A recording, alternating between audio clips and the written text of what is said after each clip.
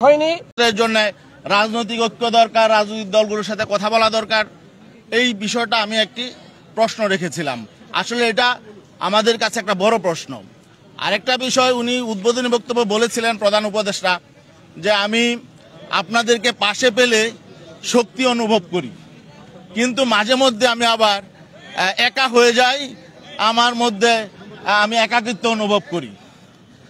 তো আমার এখানে একটা প্রশ্ন ছিল যে এই যে আপনি মাঝে মধ্যে শক্তি অনুভব করেন, মাঝে মধ্যে একা হয়ে যান এবং আপনি অসহায় হয়ে যান, এটা তো ভালো লক্ষণ না।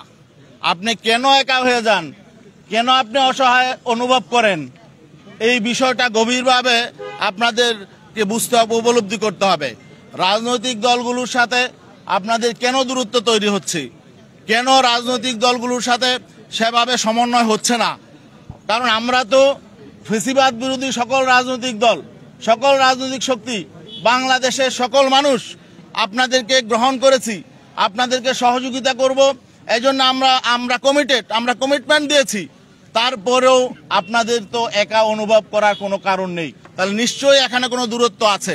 সেই দূরত্বটা কি, কেন হলো, এবং সেই দূরত্বটা আপনাদের দায়িত্ব হলো এটা গভীরভাবে বিশ্লেষণ করে কমিয়ে আনার চেষ্টা করা। আর নয়তো আমরা সকলেই ক্ষতিগ্রস্ত হব। আপনারা ক্ষতিগ্রস্ত হবেন, রাজনৈতিক দলগুলো ক্ষতিগ্রস্ত হবে, দেশ ক্ষতিগ্রস্ত হবে, জাতি ক্ষতিগ্রস্ত হবে।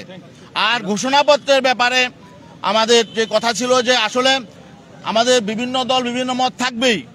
একটা ঘোষণাপত্র লিখতে হলে কিছু মৌলিক জায়গায় আমাদের এক হতে হবে। মৌলিক জায়গাটা কি?